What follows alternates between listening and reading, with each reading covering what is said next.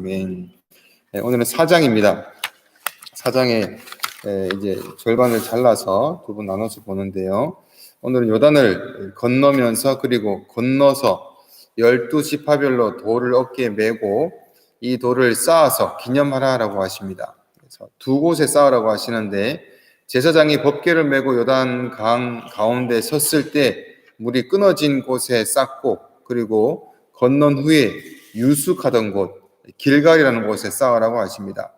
이것은 기념하라라는 의미인데 무엇을 기념하시기를 하나님은 원하셔서 말씀하시는지를 보아야 하고요. 또 두 번째는 요단 가다손, 그 다음에 므낫세 반지파를 앞세워서 여리고를 향하여 나갑니다.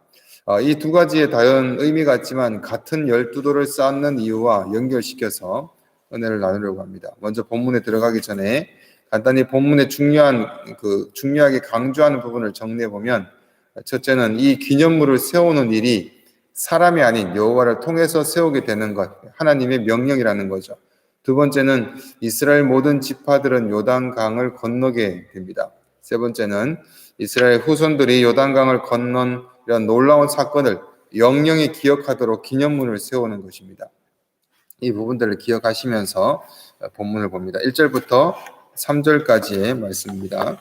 이 모든 백성이 요단을 건너가기를 마침에 여호와께서 여호수아에게 말씀하여 이르시되, 백성의 각 지파에 한 사람씩 12사람을 택하고 그들에게 명령하여 이르기를, 요단 가운데 제사장들의 발이 굳게 선 그곳에서 돌 12를 택하여 그것을 가져다가 오늘 밤 너희가 유숙할 그곳에 두게 하라 하시니라. 2절에서 백성의 각 지파에 한 사람씩 12사람을 택하라는 것은 각 지파별로 한 사람의 지파의 모두 대표입니다. 그러면 이곳에 전체 12지파, 그러면 12지파의 대표의 사람이라면 12지파는 곧 이스라엘이고, 이스라엘은 하나님의 택함 받은 모든 백성을 가리킵니다. 이 12에게 3장 12절 말씀에 이미 말씀하셨듯이 이제 이스라엘 지파 중에서 12절에 보면 각 지파에 한 사람씩 12명을 택하라라고 하는, 이미 말씀이 자세히 있긴 있었지만 더 구체적으로 언급하십니다. 이 돌들은 제사장들의 발이 굳게 선 장소 이 요단강 중간입니다. 거기에서 12돌을 가지고 오늘 밤에 유숙할 곳에 이 12돌을 어깨에 메고 가서 그곳에 두라고 하십니다. 9절에도 보면 여호수아가 또 요단 가운데 곧 언약궤를 맨 제사장들의 발이 선 곳에 돌 12를 세웠더니 오늘까지 거기에 있더라. 9절에도 보면 제사장들이 발이 선 곳에서도 돌 12를 세우라고 하십니다. 그럼 결과적으로 법궤가 들어가 있는 중간에도 세워져 있고 건너고 나서 유숙하는 곳에도 세워져 있는 두 군데에 이 12돌은 세워지게 됩니다. 4절부터 7절까지 보면 여호수아가 이스라엘 자손 중에서 각 지파에 한 사람씩 준비한 그 12사람을 불러 그들에게 이르되, 요단 가운데로 들어가 너희 하나님 여호와의 궤 앞으로 가서 이스라엘 자손의 지파의 수대로 각기 돌 한 개씩 가져다가 어깨에 메라. 그것이 너희 중에 표징이 되리라. 후일에 너희 자손들이 물어 이르되, 이 돌들이 무슨 뜻이냐 하거든 그들에게 이르기를, 요단물이 여호와의 언약궤 앞에서 끊어졌나니 곧 언약궤가 요단을 건널 때에 요단물이 끊어졌으므로 이 돌들이 이스라엘 자손에게 영원히 기념이 되리라 하라 하니라. 이 기념물을 세우라는 이 명령입니다. 여호수아는 4절과 5절에 돌을 어깨에 메고 가져오라라고 합니다. 어깨에 멜 정도면 작은 돌은 아닐 것입니다. 그리고 6절, 7절에 이 기념물을 세우는 의미를 바로 교육하는 내용이 나옵니다. 그들의 후손을 교육하기 위한 것이며, 돌들을 세우는 이유가 하나님을 또 그래서 그 안에 기념하는 것이 내포되어 있습니다. 한마디로 후손에게 잊지 말고 기억하게 하시는 부분입니다. 7절에 이 돌들이 무슨 뜻이냐라고 물었을 때에 그때 요단물이 여호와의 언약궤 앞에서 끊어졌으며 요단을 마른 땅으로 이스라엘은 건널 수 있었으며, 이것은 하나님의 천지 창조하신 권능으로 베푸신 그 사랑, 이것을 기념해야 된다라는 것입니다.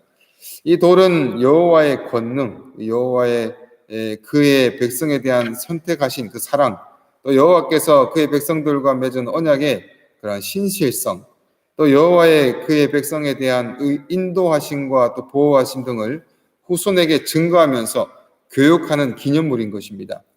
여기에서 기념이라는 단어는 지카로온이라는 단어인데 이 단어가 구약에 쓰인 곳은 20번 정도 사용되는데 여호수아에는 여기만 나옵니다. 대부분이 구약에서 보면 절기와 제사에서 관련된 데 있어서 이 지카론이라는 단어가 사용됩니다. 따라서 이스라엘은 그들의 절기와 제사를 통해서 여호와의 구원과 사랑을 자손 대대로 기억하고 기념하라라는 것입니다. 절기와 제사에 대해 하나님께서 행하셨던 일들을 기억하고 또 기억해야 하는데 이 부분이 끊어지게 되면 후대 대대로 하나님의 행하셨던 일들을 기억하는 것이 끊어지게 되면 바로 어둠의 시기인 사사의 시대가 우리가 오는 것을 성경을 통해서 알고 있습니다. 그리고 다음 세대가 아닌 다른 세대가 나타나서 자기의 소견에 옳은 대로 행하게 되는 부분들이 나타나는 것을 우리가 성경을 통해서 알고 있습니다. 지금도 똑같습니다. 우리들이 다음 세대를 위해서 절기와 제사를 함께 공유하고 하나님이 행하셨던 일, 하나님이 누구시고 하나님 우리에게 행하셨던 일들을 교육하고 나눠야 되는 것은 가장 중요한 것입니다. 그 부분에 있어서 가장 먼저 돼야 되는 것이 바로 우리가 지금 주일에 함께 모여서 드리는 공동체의 예배일 것입니다. 비록 아이들과 함께 예배하는 것이 어렵겠지만 어려서 예배의 익숙함과 또 듣고 예배에 대해서 배우는 시간, 또한 교회에서 자라면서 부모님과 함께 신앙을 나누고 공유할 수 있는 이런 믿음의 유산을 가진다는 것, 신앙의 유산들이 많이 쌓여간다는 것이 그들에게 기억되어져야 된다는 것을 잊지 말아야 됩니다. 다른 선교 물론 중요합니다. 하지만 가장 가까이에서 중요하고 집중해야 되는 것이 또 우선시돼야 되는 것이 무엇인지를 우리가 올바로 보아야 됩니다. 부모가 어떻게 하나님을 섬기고 교회를 섬기는지 또 예배를 섬기는가를 자녀들은 보고 기억해야 되는 것입니다. 신앙의 출발점으로 알아야 할 구원에 대한 이 십자가의 사랑과 은혜를 공유할 수 있는 구원에 대한 그 은혜를 공유할 수 있는 부모와 자식의 관계를 만들어 가야 된다라는 것입니다. 믿음의 사람의 그런 정체성을 새롭게 되돌아보고 믿음을 견고하게 해야 함을 기억하며 교육해 나가야 될 것입니다. 8절과 9절에 보면 이스라엘 자손들이 여호수아가 명령한 대로 행하되 여호와께서 여호수아에게 이르신 대로 이스라엘 자손들의 지파의 수를 따라 요단 가운데서 돌 12를 택하여 자기들이 유숙할 곳으로 가져다가 거기에 두었더라. 여호수아가 또 요단 가운데 곧 언약궤를 맨 제사장들의 발이 선 곳에 돌 12를 세웠더니 오늘까지 거기에 있더라. 12지파는 바로 이스라엘을 대표하는 숫자입니다. 이 이스라엘이 요단 중간에 12돌과 도착하여서 유숙하는 곳에 12돌을 세워서 연결선상에 두는, 양쪽에 두면서 연결선상에 두는 것은 바로 구원의 시작점과 구원의 완성하심을 말하는 것입니다. 예전에 예수님께서 요단강에서 세례 요한에게 세례를 받으셨던 사건은 오늘 본문에 법궤가 제사장들이 메고 섰던 요단강 가운데 구원이 들어오는 장면입니다. 이제 광야의 시간을 끝나고 이제 그리스도의 순종의 삶으로 가는 그 가나안 땅에 들어가는 출발점을 말씀하는 것입니다. 우리의 출발점이 바로 예수 그리스도의 죽음에서 시작됩니다. 그래서 교회의 시작도 예수 그리스도의 죽으심부터 교회는 세워지게 됩니다. 그리고 우리가 유숙할 곳인즉 바로 구원에 시작하고 완성하실 것이다라는 것을 상징으로 삶을 바로 살아가는 그런 삶에 대해서 다시 오시는 예수 그리스도에까지의 완성되는 모든 구원의 여정을 말씀합니다. 이것이 바로 후세들에게 전해진다라는 것입니다. 그리고 세워지는 유숙하는 곳의 12돌의 지역 이름은 길갈입니다. 그러면 요단강 중간에 세워진 곳, 그 다음에 유숙하는 곳에 세워진 길갈에 세워진 12돌 이렇게 됩니다. 여호수아 5장 9절에 보면 잠시 뒤에 넘겨서 보면 여호수아 5장 9절입니다. 여호와께서 여호수아에게 이르시되 내가 오늘 애굽의 수치를 너희에게서 떠나가게 하였다 하셨으므로 이곳 이름이 오늘까지 길갈이라 하느니라. 길갈에 일본 표시가 되어 있는데 일본에 보면은 성경의 중간에 해석해 보면 굴러간다라는 의미입니다. 어, 그래서 길갈이라는 이름의 성경의 설명을 보면 굴러간다, 수레바퀴라는 뜻입니다. 길갈은 모든 수치와 저주가 이제 떠나갔다라는 것입니다. 굴러갔다라는 것입니다. 이는 바로 우리의 삶 가운데 매일매일 12도를 세워서 수치와 저주, 어두움과 두려움을 떠나보내야 된다라는 것입니다. 우리가 매일매일 우리가 삶 가운데 되돌아보았을 때에 우리들에게 혹시나 우리의 수치에 대한 삶, 저주에 대한 삶, 어두움과 두려움에 대한 삶이 있다면 떠나가고 끊어져야 한다라는 것입니다. 10절과 14절 말씀 끝까지 보면 또 여호와께서 여호수아에게 명령하사 백성에게 말하신 일과 마치기까지 궤를 맨 제사장들이 요단 가운데 서 있고 백성은 속히 건넜으며 모든 백성이 건너기를 마친 후에 여호와의 궤와 제사장들이 백성의 목전에서 건넜으며 루벤 자손과 갓 자손과 므낫세 반 지파는 모세가 그들에게 이른 것 같이 무장하고 이스라엘 자손들보다 앞서 건너갔으니 무장한 4만 명 가량이 여호와 앞에서 건너가 싸우려고 여리고 평지에 이르니라. 그날에 여호와께서 모든 이스라엘의 목전에서 여호수아를 크게 하심에 그가 생존한 날 동안에 백성이 그를 두려워하기를 모세를 두려워하던 것 같이 하였더라. 여기에서 이제 세 지파, 루벤 지파, 갓 지파, 므낫세 반 지파의 이 앞장서서 건너가서 이 여리고 성 앞에 다다르게 됩니다. 모든 백성이 다 건넜다고 성경은 나오지만 모든 백성이 건넌 것은 아닙니다. 여기서 세 지파, 루벤 지파, 갓 지파, 므낫세 반 지파의 여자들과 아이들은 남겨두고 건너갔었습니다. 이들 세 지파는 싸우고 나서 이미 받았던 땅에서 살아갈 것을 모세와 함께 이미 약속을 했었습니다. 그래서 그 약속을 기억하라 해서 여호수아가 다시 그 약속을 상기시키며 루벤 지파, 이 세 지파를 함께 전쟁에 앞장서서 싸워줄 것을 요구하게 됩니다. 그래서 그들은 그것을 허락하게 되고 루벤 지파, 갓 지파, 므낫세 반 지파는 바로 이 이 가나안 땅을 정복함에 있어서 함께 모든 것을 같이 하겠다라고 그들은 약속을 다시 하게 됩니다. 이들 세 지파는 싸우고 나서 이미 받았던 땅에 살아갈 것을 그들은 이미 알고 있습니다. 어떻게 보면 이 세 지파는 요단을 건너지 않고 정착지로 이미 차지하게 된 것, 이것은 이미 이 지파 사이에 균열과 분열의 가능성을 안고 있습니다. 그러나 이러한 상황 속에서도 12도를 세우라고 명령하시는 것은 연합을 강조하시는 것입니다. 12지파의 영원한 역사를 공유하라라고 강조하시는 것입니다. 그 공유하는 역사는 하나님께서 어떻게 행하셨으며 하나님께서 행하셨던 바로 이 요단이 이 법궤가 들어오고 나서 바로 끊어졌던 것을 기억하라, 기념하라라고 말씀하셨던 것입니다. 하나님의 행하신 일에 대해서 다음 세대의 신앙의 유산과 믿음의 유산을 공유하는 것은 12도를 두 군데 두어서 실제적으로 손으로 만질 수 있는 산 역사 교육을 하고자 하시는 것입니다. 이것이 갈라져 있는 것이 아니라 다 같이 함께 연합으로 이루어져야 된다는 것을 강조하고 계십니다. 구약의 12지파는 하나님께서 택하신 백성입니다.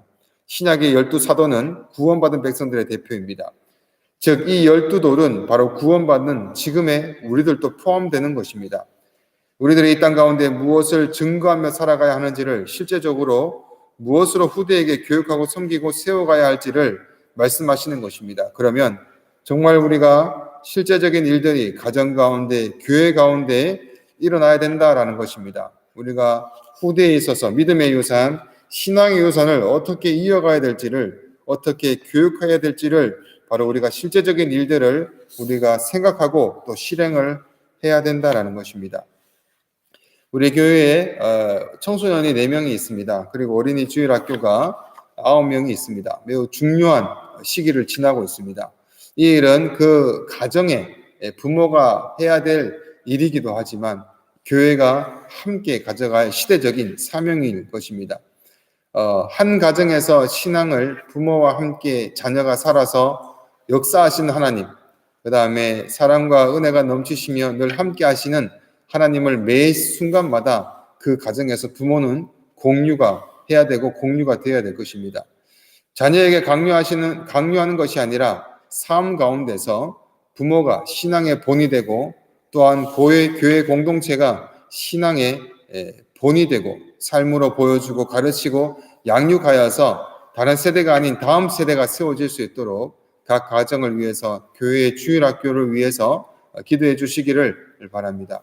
또한 교회에는 이를 위해서 우리가 또 교육관을 필요로 하고 있습니다. 교육관이 하루속히 세워질 수 있도록 이를 위해서 기도해 주시기를 또한 부탁을 드립니다. 네, 기도하고 마치겠습니다.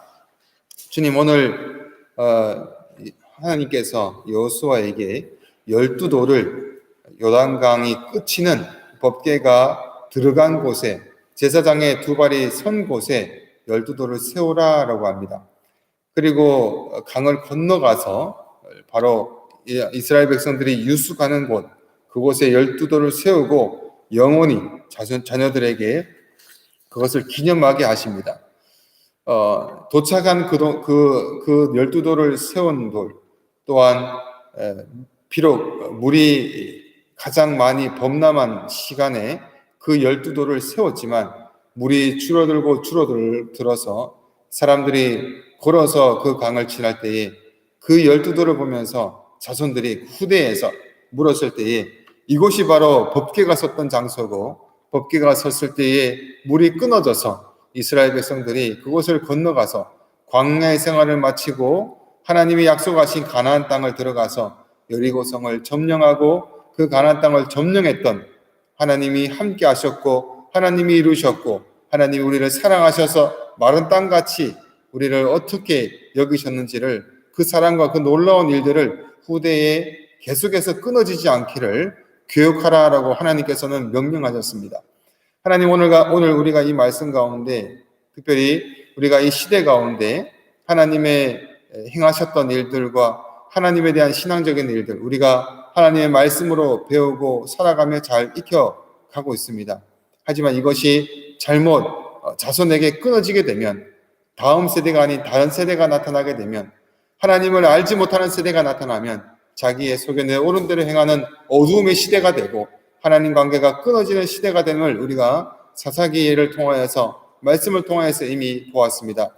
하나님, 우리가 지금 이 시대 가운데는 이 말씀을 알고 있기에 더욱더 힘을 써서 더욱더 하나님에 대한 신앙의 유산, 믿음의 유산을 다음 세대에게 잘 전달할 수 있는 먼저 믿음의 본이 될 수 있는 삶으로 우리를 세워주시고 인도하여 주시옵소서. 그런 가정으로 세워주시고 그런 교회가 되게 해주시고 이 일이 우리 모두가 연합하여서 행하는 일임을 알게 해주셔서 그의 가정에게 맡겨주신 사명인 즉슨 또한 우리의 교회에게 맡겨진 사명임을 알게 해주셔서 12지파 모두가 세우고 기념하였듯이 우리가 이 시대 가운데서도 가정이 또 교회가 함께 세우고 함께 이 믿음의 유산과 신앙의 유산을 가지고 나갈 수 있도록 인도하여 주시옵소서. 지금 또 예배 때 함께 어린아이가 예배하고 있습니다. 이 어린아이와 함께 예배함에 있어서 여러 가지 힘들고 어려움이 있지만 그래도 믿음의 유산을 공유하면서 자녀와 함께 신앙의 유산을 교회부터 시작하여서 온 가정에게 이르기까지 늘 세워주시고 인도하여 주셔서 아이들이 자라면서 삶 가운데서 신앙과 믿음의 유산으로 세워져 가는 귀하고 복된 삶이 될 수 있도록 인도하여 주시옵소서. 특별히 교회가 이 부분을 위해서 교육관을 두고 기도하고 있습니다. 하나님, 교육관을 열어주시고 인도해 주셔서 마음껏 모여서 예배하며 교육하며 함께 모여서 부모들과 아이들이 귀하고 복된 추억과 신앙의 유산과 믿음의 유산을 가질 수 있는 장소가 될 수 있도록 주님께서 또 길을 열어주시고 또 함께 해주시옵소서. 이제는 더 이상 계획만 하는 것이 아니라 실제적으로 기도하고 실제적으로 찾아보고 또 투자하고 마음을 쏟게 해주셔서 하나님께서 원하시는 것 보게 해주시고 주님께서 원하시고 기뻐하시는 삶으로 모두가 힘쓸 수 있도록 인도하여 주시옵소서. 오늘 또 주님께서 하루를 세워주셨습니다. 우리의 삶을 통해서 다음 세대가 세워짐을 알게 해주셔서 더욱더 주 앞에 올바로 설 수 있는 삶이 될 수 있도록 인도해 주시옵소서. 감사드리며 예수님 이름으로 기도드립니다.